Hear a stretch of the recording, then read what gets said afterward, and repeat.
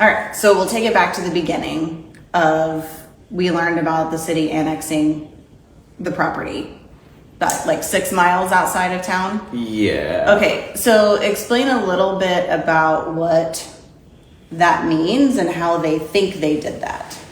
So annexing is a process where the city council takes a vote to bring a piece of property inside the corporate city limits. And so once they annex that in, that means it's technically inside city limits. And what's the benefit of that for them? Or even like property owners? The benefit of that for the city is that then the people who live inside city limits pay city property taxes. And if you order something from Amazon or online, that you get sales tax at the city sales tax rate.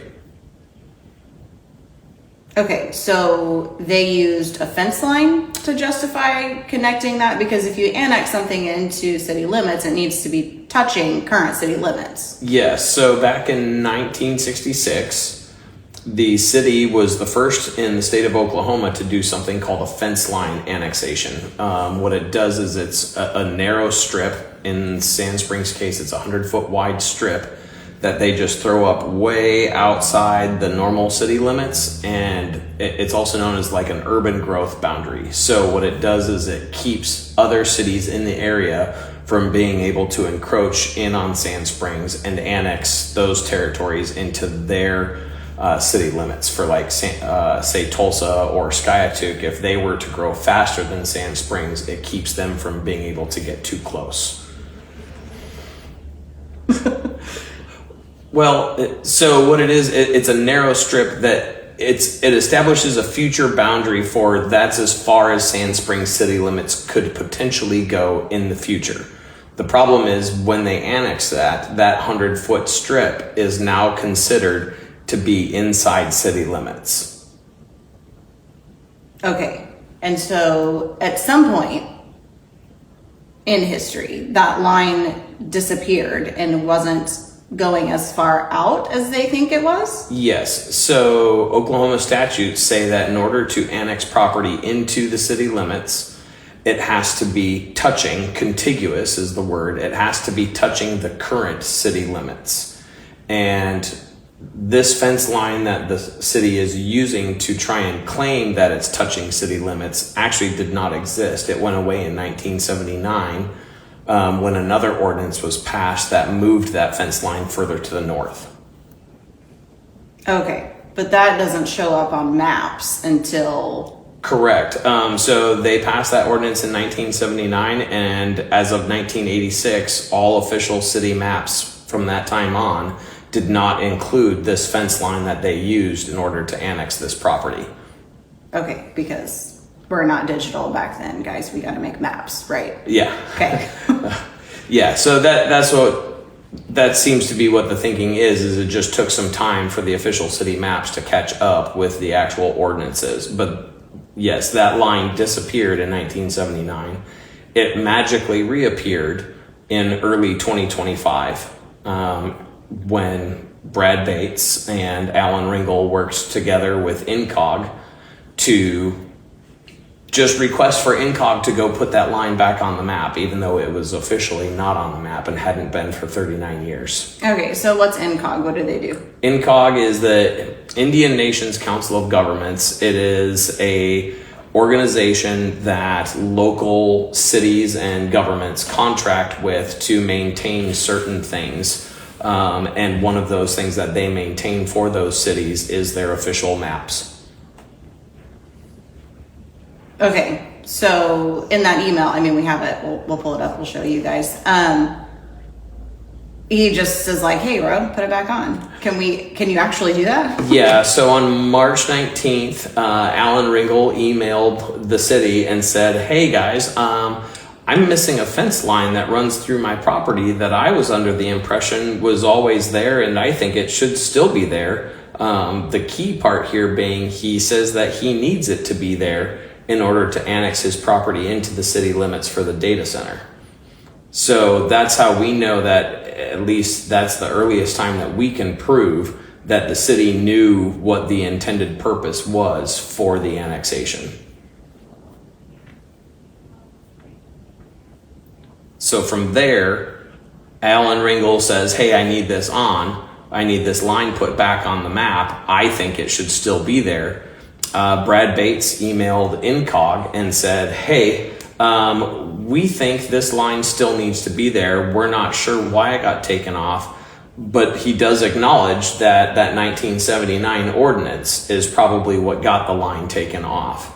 And he asks them to put it back on the map, sends them the copy of the ordinance, and basically says, we have a new interpretation of this ordinance 39 years after the fact, and we would like this line put back on the map. And INCOG obliged and put the line back on the map for them. The problem with Do you know anything about the process for that? So the way that process should have worked is, since a previous city government had decided that that line no longer existed because they moved that northern boundary, that portion of the northern boundary moved further north in 1979, and therefore that section of the fence line was obsolete, and so it got removed. That was an official act of the city. So in order to put that line back, it should have required a re-annexation vote of the city council to put that line back. It was officially detached, and in order to put it back, it would have taken a legislative action by the city council passing a new ordinance. Not just an email. No, not just an email. Brad Bates does not have the authority to just go around the city council and say, hey, we have a new interpretation of an old ordinance that we would like you to put this back, please. I mean, I think we see a lot of people acting with the authority they don't have, but that's neither here nor there. I mean, so Alan Ringel just gets to the side like, hey, I want this line back, guys. Make it happen. And that's what happened. Yeah, and it was clear from the emails, it was clear that discussions had already been in place, had already happened about wanting to annex this in for a data center. And that was just never made public to anybody, but I'm sure part of those discussions was about how much money it could potentially bring for the city. And so once the city saw the dollar signs, they were willing to do pretty much anything to make this happen, including resubmitting documents and offering new interpretations to overturn 39 years of precedent. This is basically what a lot of the lawsuit hinges on. At least our first claim is that line doesn't even exist.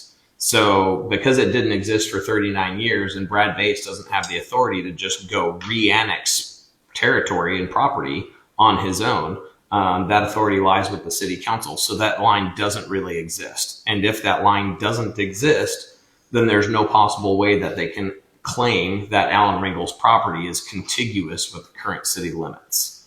The statutes for annexation are very specific in saying that in order for a city to annex more property and add on to their city limits, that property has to be contiguous and touching the current city limits. And the reason it says that is to prevent exactly this type of situation where the city just goes and annexes a parcel 6 miles outside of town. And so now it's just an island of city limits sitting out there.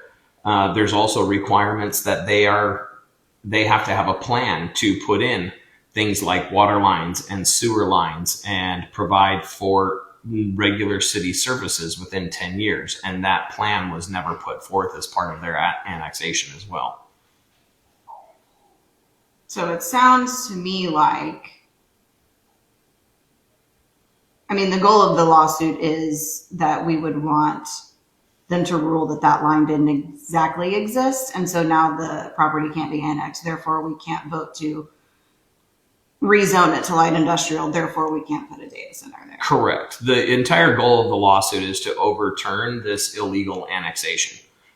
It was in clear violation of the state statutes for multiple reasons. And even if the courts were to declare that line does actually exist, it still fails the contiguity test because the Supreme Court ruled in 2004 that you cannot use narrow strips of land to connect outlying parcels of property in order to establish that contiguous requirement.